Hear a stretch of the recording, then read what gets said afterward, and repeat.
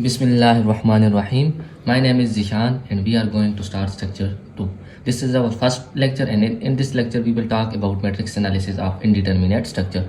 So basically अगर matrix analysis की बात की जाए तो इससे पहले भी हम इनडिटर्मिनेट स्ट्रक्चर को एनालाइज करते आए हैं using consistent deformation method, slope deflection method या थ्री मोमेंट इक्वेशन और मोमेंट डिस्ट्रीब्यूशन मेथड।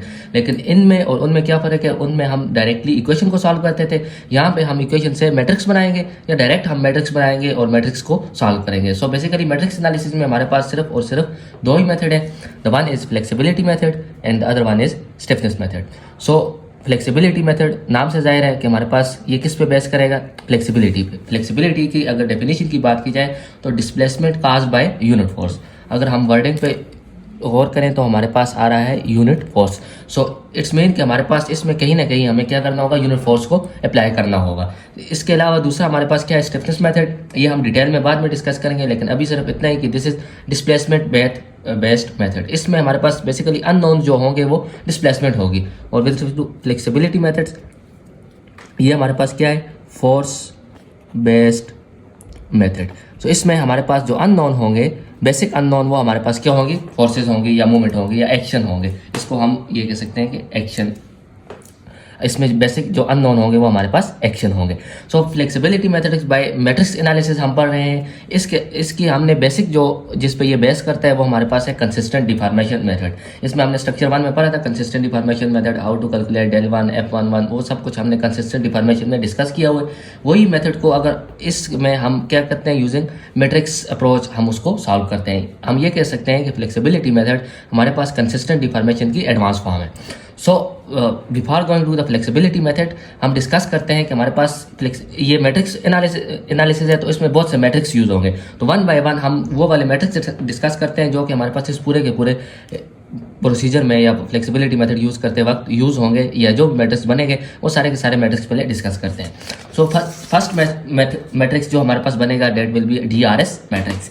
सो अगर हम इसकी एब्रिविएशन की बात करें तो हमारे पास ये कुछ परफेक्ट मैच नहीं करता। हमारे पास DRS मैट्रिक्स वो वाला मैट्रिक्स होता है कि जो हम रिडंडेंट एक्शन सेलेक्ट करते हैं, लाइक इन कंसिस्टेंट डिफॉर्मेशन हमारे पास जो एक्स्ट्रा रिएक्शन होते हैं जिनको हम एक्स्ट्रा समझते हैं रिडंडेंट एक्शन, तो वो हम सिलेक्ट करते हैं। तो उनकी जो एक्चुअल डिस्प्लेसमेंट होती है, मतलब सेटलमेंट जिनको हम कहते हैं कि स्टार्ट से ही हमें बता दिया जाता है कि that support B settle down, support C settles down, तो जो सेटलमेंट होती है that will be our DRS matrix. So इसको हम कह सकते हैं कि रिडंडेंट डिस्प्लेसमेंट या displacement at the redundant position due to settlement. मतलब मैंने अपने से बनाया है redundant displacement at redundant position due to settlement. So अगर हम ये मैंने एक छोटी सी एग्जांपल लिया कि हमारे पास एक बीम है that is indeterminate by 2 degree.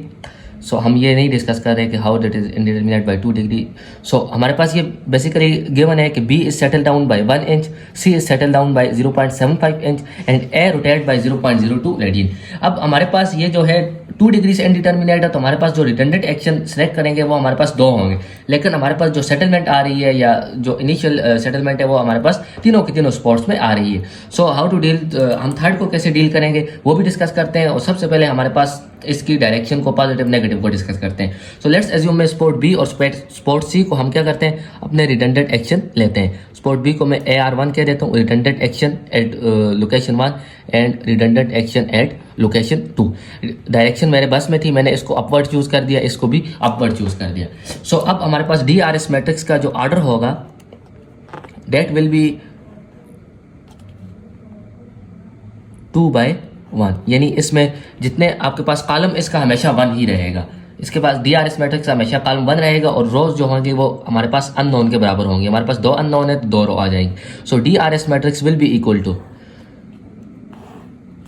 So हमारे पास स्पोर्ट 1 हमने जिसे AR1 कहा है वो फर्स्ट पोजीशन पे आएगा, सेटल डाउन बाय 1 इंच। सो हमारे पास बेसिक यूनिट यूज होते हैं हमारे पास डिस्प्लेसमेंट के लिए, या हम आगे DRL मैट्रिक्स पढ़ेंगे या FF, उसमें यूनिट होते हैं फीट। तो हम सबसे पहले आपके पास ये जो इंचेस होंगी इसको हम किस में कन्वर्ट करेंगे? फीट में कन्वर्ट करेंगे।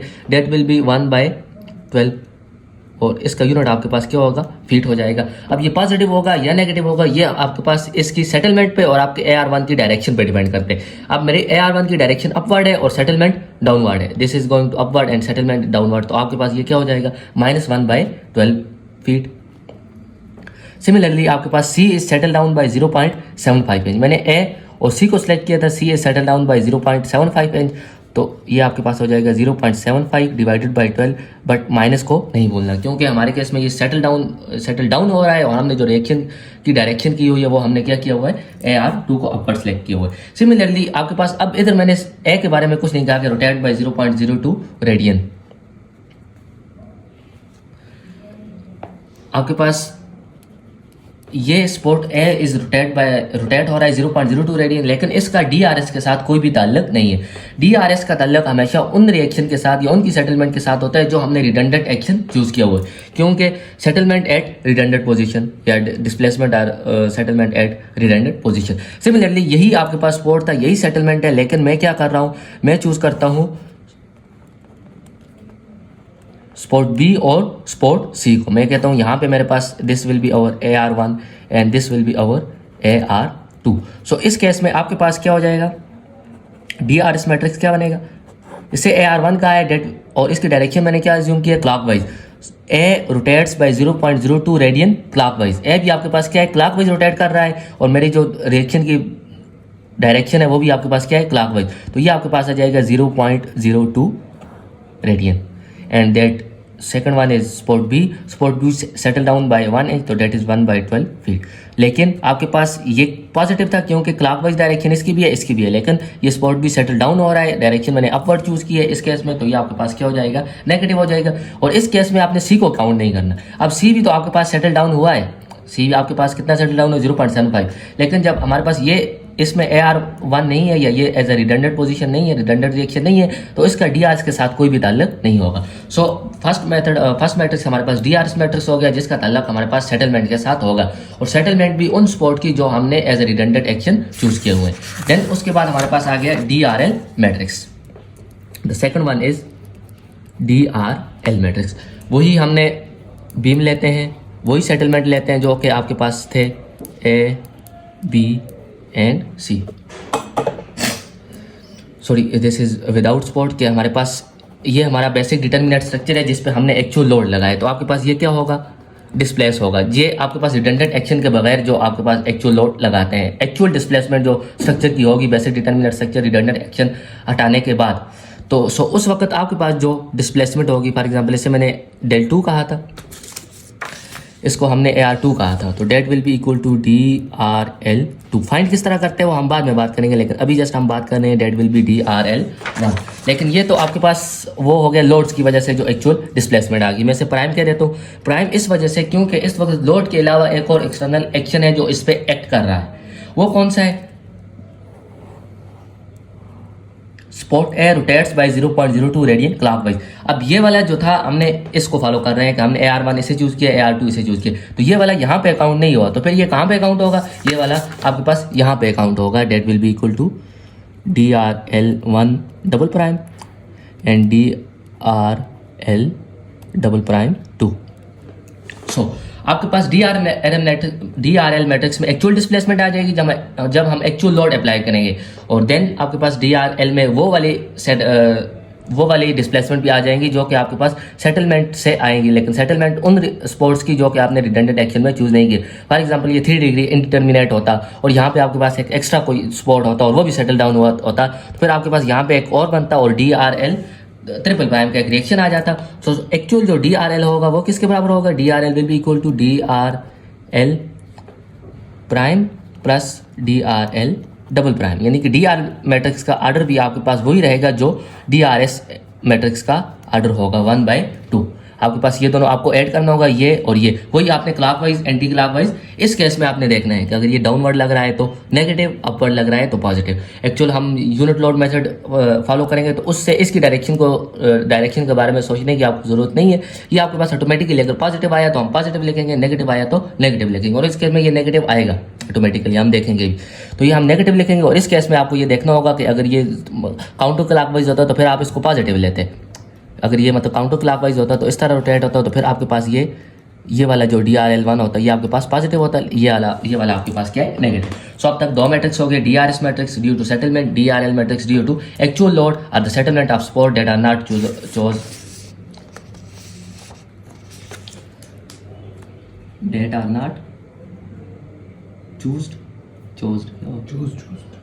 that settlement due to the settlement of the reaction that are not chosen as our redundant action. Now the most important matrix will be the flexibility matrix. So flexibility matrix जैसा कि नाम से जाहिर है flexibility आपके पास क्या था, displacement caused by unit force. So इसका flexibility matrix का ताल्लुक सिर्फ और सिर्फ unit force के साथ रहेगा जब हम unit force अप्लाई करेंगे. So आपने जस्ट AR1 को रिमूव का consistent डिफॉर्मेशन में आपने पढ़ा होगा, अप्रोच हम बाद में डिटेल से डिस्कस करेंगे. लेकिन आपको क्या करना होगा, रिडंडेंट एक्शन 1 की जगह यूनिट लोड अप्लाई करना होगा और रिडंडेंट एक्शन 2 की जगह यूनिट लोड अप्लाई करना होगा. तो डेट ये इस तरह कुछ डिस्प्लेस हो जाएगा और ये कुछ आपके पास इस तरह डिस्प्लेस हो जाएगा. सो यहाँ पे इसकी जो डिस्प्लेसमेंट होगी इसको हम क्या कहेंगे, F11 displacement at 1 due to the load at 1. So that will be displacement at 2 due to the load at 2. Similarly इस केस में आपके पास displacement at 1 due to load at 2 and displacement at 2 due to load at 2.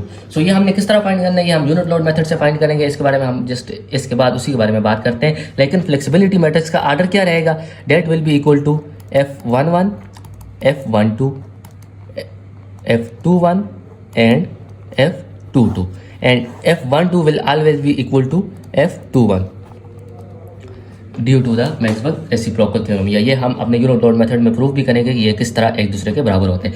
सो इसका order आपके पास क्या रहेगा, 2/2 रहेगा अगर आपके पास अननोन 2 है. अगर 3 रहे आपके पास, अगर इनकेस 3 अननोन है तो उस वक्त ये आपके पास क्या बन जाएगा, F11 F12 F13 F13 F21 F22 F23 and F31 F32 and F33. इसी तरह ये 3/3 का बनेगा और हम मैक्सिमम प्रॉब्लम 3/3 तक जाएंगे इंशाल्लाह. So the last one is AR matrix.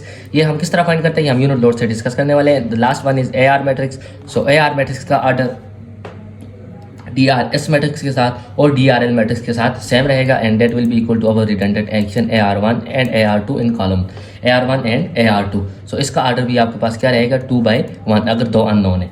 सो आपके पास DRS matrix, DRL matrix, AR matrix and flexibility matrix, total हमारे पास ये 4 मैट्रिक्स आपके पास इस्तेमाल होंगे हमारे पूरे के पूरे फ्लेक्सिबिलिटी मैट्रिक्स में. लेकिन ये मैट्रिक्स फाइंड किस तरह करने हैं, सो उसके लिए हम यूज़ करेंगे यूनिट लोड मेथड. अगर आप स्लाइड्स में देखें तो आपके पास कंजुगेट बीम मेथड यूज़ हुआ है, लेकिन आप जब फ्रेम पे जाएंगे, फ्रेम एनालिसिस करेंगे तो फ्रेम एनालिसिस अगर आप स्लाइड में भी देखें तो वहाँ पे भी आपके पास यूनिट लोड मेथड यूज़ हुआ है.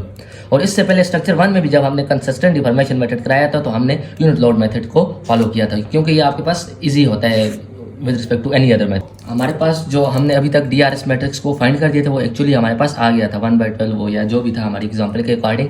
अब मसला ये है कि हमने कहा था DRL मैट्रिक्स यूज़ होगा, एक्चुअल डिस्प्लेसमेंट के बराबर होगा and there will be and flexibility matrix. तो उसके जो हमने हैं वो फाइंड किस तरह करना है, तो डेट हम यूज़ कर रहे हैं यूनिट लोड मेथड. सो अगर आपने कंसिस्टेंट डिफॉर्मेशन या यूनिट लोड मेथड पढ़ा है तो आपको इसको प्रोसीजर पता होगा, लेकिन फिर भी हम एक थोड़ा बहुत डिस्कस कर लेते हैं. इस केस में हमारे पास जो या बीम या यूजली फ्रेम के केस में थोड़ा सा कॉम्प्लिकेटेड हो जाता है, तो फिर इसको हल करने के लिए हम एक टेबल बनाते हैं. सो अगर बेसिक उसकी बात करें तो हमारे पास बीम जो था, ये आपके पास बीम था और इसको हम एक सिंगल सेक्शन से रिप्रेजेंट कर सकते हैं. मैं इसका राइट वर्ड लूँगा. राइट वर्ड इसलिए कि आपको अगर राइट से लिखना है तो आपको पास रिएक्शन फाइंड करने की जरूरत नहीं है, आप डायरेक्टली इसको लिख सकते हैं. यही आपके पास most of the cases reason होती है कि हम कैंटिलीवर को चूज़ करते हैं जब भी हम यूनिट लोड मेथड को यूज़ कर रहे होते हैं. हम चाहते हैं कि हमारा बेसिक डिटर्मिनेंट स्ट्रक्चर कैंटिलीवर की तरह हो. सो यहाँ से आपके पास इसको आप मूवमेंट की इक्वेशन से रिप्रेजेंट करेंगे, that will be equal to M, capital M. Similarly फिर हमने कहा था कि आपको यूनिट लोड अप्लाई करना होगा एट लोकेशन 1. याद रखना है आपने पहले AR1 पे अप्लाई करना है, देन AR2 पे अप्लाई करना है. AR1 पे जब हम अप्लाई करेंगे उसे M1 कहेंगे. अगर आपने इधर यूनिट लोड अप्लाई किया और उसे M1 कहा तो फिर आपके पास पूरे का पूरा क्वेश्चन गलत हो जाएगा, वो आपके पास कैलकुलेशन मिक्स डाउन हो जाएंगी.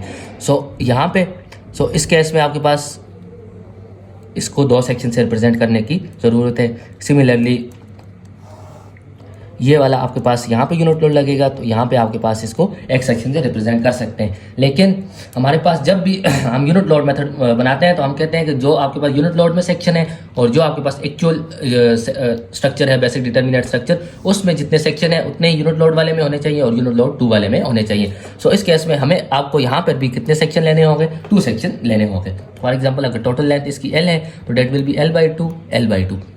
सो आपको क्या करना होगा, इस तरह का एक टेबल बनाना होगा लाइक मेंबर. फॉर एग्जांपल मैं मेंबर लिख लेता हूँ AB, मूवमेंट ऑफ इनर्शिया. ये आपके पास most of the cases different हो जाएगा. फ्रेम के केसेस में या बीम के केसेस में भी कह सकते हैं कि मूवमेंट ऑफ इनर्शिया आपके पास चेंज हो गया। देन आपको ओरिजिन लिखना होगा कि फॉर एग्जांपल अगर मैं इस मेंबर को ए कह देता हूँ, इसको बी एंड सी 3 कह देता हूँ, तो आप मेंबर कौन सा ले रहे हैं, बी सी ले रहे हैं, तो आपके पास एक ओरिजिन होगा कि आप कहाँ से स्टार्ट कर रहे हैं। लाइक मैं सी से एक्स को ले रहा हूँ, तो आपके पास ओरिजिन आ जाएगा C and limit that will be from 0 to L/2। और यहाँ पे आप मूवमेंट का फंक्शन लिखेंगे, M1 का फंक्शन लिखेंगे एंड M2 का फंक्शन लिखेंगे। और इस यही हमारा जो होगा मेन स्टेप होगा इन फ्लेक्सिबिलिटी मेथड कि आपने अगर ये टेबल बना दिया तो आपके पास 60% क्वेश्चन आपका हल हो जाएगा। सो जैसे ही आपके पास ये टेबल बन जाएगा तो आपके पास M1 और M2 की वैल्यू आ जाएगी। Then how we will find our DRL matrix and F11 matrix. So DRL matrix will be equal to 0 to limits from 0 to L that in M time M1 divided by E1 that will be equal to DRL1। क्योंकि जब हम M1 use करेंगे तो आपके पास DRL1 आएगा and जब हम M2 use करेंगे तो आपके पास क्या आ जाएगा, M2 आ जाएगा time dx। So limits 0 to L मतलब पूरे के पूरे लेंथ पे जाना है। अगर आपके पास 3 सेक्शन बने हुए हैं तो आपके पास 3 लिमिट्स आ जाएंगी। फॉर एग्जांपल मेरे केस में 2 थे, 0 to L/2 plus 0 to L/2 या L/2 to L हो सकता है, वो आपके पास उस पर डिपेंड करता है कि आपने दूसरे टाइम ओरिजिन क्या ली। अगर आपके पास ओरिजिन यही है तो that will B L/2 to L। ये हम एक्चुअली एक्सप्लेन करेंगे जब हम एग्जाम्पल कर रहे होंगे। सो DRL के लिए आपने M को M1 के साथ मल्टीप्लाई करना है, DRL1 आ जाएगा, और M को M2 के साथ मल्टीप्लाई करना है तो DRL2 आ जाएगा। So DRL matrix will be equal to DRL1 and DRL2। Now how to find F11। तो अगर आप देखें तो ये आपके पास फ्लेक्सिबिलिटी कोफिशिएंट है, तो इसका ताल्लुक सिर्फ और सिर्फ M1 और M2 के साथ रहेगा, इसका कैपिटल M के साथ कोई भी रिलेशन नहीं होगा। फॉर एग्जांपल अगर आपने F11 फाइंड करना है तो that will be equal to M1 time M1, यानी कि M1 का स्क्वायर हम कह सकते हैं, लेकिन आपको समझाने के लिए हमने इसको M1 टाइम M1 लिखा है। बिकॉज जब हम F21 की बात करेंगे तो that will be equal to M2 M1 divided by EI time dx from 0 to L। या F12 की बात करेंगे तो 0 to L M1 M2 divided by EI। सो यहाँ से आप देख सकते हैं कि अगर आप M1 को M2 के साथ मल्टीप्लाई करेंगे या M2 को M1 के साथ मल्टीप्लाई करेंगे तो उसका रिजल्ट 1 आएगा। यही वजह है कि आपके पास F21 will always be equal to F12, क्योंकि M1 को M2 के साथ या M2 को M1 के साथ मल्टीप्लाई करें तो इससे एक ही आंसर आता है। देन इंटीग्रेशन तो दोनों की सेम रहेगी। So that will be how to find F21 F12, last one will F22 that will be equal to, so यहाँ पे लिख लेते हैं F22 will be equal to integration of M2 dx divided by EI। तो that is how we will find DRL1, DRL2 and flexibility matrix। so last में आप इसको flexibility matrix की फॉर्म में लिख लेंगे F11, F12, F21 and F22। ये आपके पास इसकी वैल्यू पुट करेंगे, आपके पास flexibility matrix आ जाएगा। So what will be the steps for flexibility matrix. Officially हम फ्लेक्सिबिलिटी मैट्रिक्स पे जाते हैं कि हमने इसको कौन से स्टेप फॉलो करते हैं। सो बेसिकली हम 7 स्टेप्स को फॉलो करेंगे। Step 1 is to find out our basic determinant structure. So basic determinant structure आपने बनाना है जिस पे कोई भी लोड नहीं लगाना और सिर्फ ये दिखाना है कि ये स्ट्रक्चर आपके पास स्टेबल रहेगा। तो उसके लिए आपके पास पहला स्टेप क्या होगा कि आपको रिडंडेंट स्टैटिकली इनडिटर्मिनेट पता होना चाहिए कि कितनी डिग्री का इनडिटर्मिनेट। इससे क्या फायदा है, इससे आपको ये पता लगेगा कि आपने रिडंडेंट एक्शन कितने चूज करते हैं। अगर 2 डिग्री इनडिटर्मिनेट है तो आप 2 रिडंडेंट एक्शन चूज करेंगे, अगर 1 डिग्री इनडिटर्मिनेट है तो 1 redundant action. Then the second step will be location of AR1, कि आप AR1 को कहाँ चूज करते हैं। जैसे आपके पास अभी हमने एक एग्जाम्पल की थी कि आप मूवमेंट को भी AR1 चूज कर सकते थे या रोलर स्पोर्ट को भी AR1 AR2 चूज कर सकते थे। And the third will be और DRS मैट्रिक्स। सो DRS मैट्रिक्स आपके पास बेसिक डिटर्मिनेंट स्ट्रक्चर के स्टेप में आ जाता है। और फोर्थ विल बी आपने क्या करना है, बेसिक डिटर्मिनेंट स्ट्रक्चर बना कर दिखाना है। सो फर्स्ट स्टेप में आपने क्या करना है, स्टैटिकल इनडिटर्मिनेट डिग्री निकालनी है, AR1 AR2 की लोकेशन निकालनी है या AR3 जितने भी हुए। DRS मैट्रिक्स सेटलमेंट लिखनी है, अगर आपके पास डायरेक्शन सेम है तो पॉजिटिव, डायरेक्शन अपोजिट है तो नेगेटिव। और देन इसके बाद आपने बेसिक डिटर्मिनेंट स्ट्रक्चर को बनाना है। स्टेप 2 आपके पास आ गया एनालिसिस। सो एनालिसिस में हमने क्या करना है कि आपने बेसिक डिटर्मिनेंट स्ट्रक्चर, जो आपके पास बेसिक डिटर्मिनेंट स्ट्रक्चर होगा, बेसिक डिटर्मिनेंट स्ट्रक्चर हमारे केस में जो था वो ये वाला था। ऐसा स्ट्रक्चर बनाना है जो आपके पास स्टेबल हो और उस पर ना एक्चुअल लोड लगाने हैं, ना AR1 लगाना है, ना AR2 लगाना है। सिर्फ आपने बीम बनाना है और उसके स्पोर्ट शो करने और ये बताना है कि आपके पास क्या है, स्टेबल है या नहीं है। सो कैंटिलीवर आपके पास एक स्टेबल स्ट्रक्चर है तो ये आपके पास एक स्टेबल हो गया। एनालिसिस में आपने क्या करना है, इस पे M अप्लाई करना है, M की इक्वेशन लिखनी है। M की इक्वेशन का मतलब है इस पे हम कौन सा एक्चुअल लोड अप्लाई करेंगे। देन M1 की इक्वेशन लिखनी है, मतलब हम इस पे AR1 की जगह यूनिट लोड अप्लाई करेंगे। एंड देन M2 की इक्वेशन लिखनी है जो कि आपके पास AR2 की जगह यूनिट लोड को अप्लाई करना है। So third step will be to construct a table. आप डायरेक्टली यहाँ पे एनालिसिस के दौरान टेबल में भी वैल्यू लिख सकते हैं, या अगर आपका एनालिसिस थोड़ा सा कमज़ोर है तो आप पहले M1 M2 की वैल्यू फाइंड करें, देन आप इसको टेबल में कंस्ट्रक्ट करें जैसे आपको आसान लगे। The fourth step is to find out DRL matrix. तो DRL मैट्रिक्स इस तरह फाइंड करना है, हमने अभी बात की उस बारे में, M time M1 DRL1 and M time M2 DRL2। Then flexibility matrix, then AR को हमने किस तरह फाइंड करना है, तो AR के लिए हम यूज़ करेंगे कंपेटिबिलिटी इक्वेशन। कंपेटिबिलिटी इक्वेशन हमारे पास क्या कहती है कि settlement at any spot DRS matrix will be equal to settlement या displacement due to loads plus displacement due to redundant action. So ये आपके पास कंपेटिबिलिटी इक्वेशन रहेगी। Settlement most of the cases आपके पास जीरो होगी, अगर सेटलमेंट ना हुआ तो DRS मैट्रिक्स आपके पास क्या हो जाएगा, जीरो हो जाएगा। एंड देन अगर आपने यहाँ से क्या फाइंड करना है, AR फाइंड करना है। So AR will be equal to आपके पास DRL इस तरफ आ जाएगा, DRS माइनस DRL, इन दोनों का आर्डर सेम रहेगा, और देन F क्या आ जाएगा, इनवर्स आ जाएगा। सो F inverse DRS minus DRL। सो आपने जस्ट इनवर्स के कैलकुलेशन में नहीं जाना, ये हम डायरेक्टली कैलकुलेटर से निकालेंगे। सिंपल सा कैलकुलेटर भी हो तो वो 3/3 का इनवर्स निकाल लेते हैं, या इनकेस हमें इनवर्स निकालने की ज़रूरत है ही नहीं, हम कैलकुलेटर में पुट करेंगे फ्लेक्सिबिलिटी मैट्रिक्स एंड DRS और DRL का रिजल्ट पुट करेंगे, या ये तीनों पुट करेंगे एक साथ। तो देन कैलकुलेटर पे हमने जस्ट इनको अरेंज करना है इसी तरह, F inverse of DRS minus DRL, तो आपके पास एक्चुअली AR मैट्रिक्स आ जाएंगे। Then member end action. So member end action को फाइंड करने के दो तरीके हैं, एक आपके पास मैट्रिक्स अप्रोच है और एक आपके पास जर्नल अप्रोच है। जर्नल अप्रोच हमारे पास क्या है कि जर्नल अप्रोच में हमने वही करना है जिस तरह हम करते थे कि आपके पास जब स्ट्रक्चर डिटर्मिनेट हो गया, फॉर एग्जांपल मेरे पास ये रिएक्शन आ गई, ये रिएक्शन आ गई, तो आप इजीली यहाँ पे जो 3 रिएक्शन है वो फाइंड कर सकते हैं, देन उससे शेयर फोर्स और बेंडिंग मोमेंट डायग्राम कंस्ट्रक्ट कर सकते हैं। और मैट्रिक्स अप्रोच क्या है, मैट्रिक्स अप्रोच में आपने फिर मैट्रिक्स को बनाना होगा, देन मैट्रिक्स एनालिसिस से आपके पास उसके मेंबर एंड एक्शन आएंगे, जो कि जर्नल अप्रोच के मुकाबले में काफ़ी मुश्किल है, क्योंकि जर्नल हमारे पास आसानी से हमने 3 रिएक्शन निकालने हो तो इजीली निकाल सकते हैं, लेकिन मैट्रिक्स अप्रोच में हम सारे के सारे मेंबर एंड एक्शन निकालते हैं।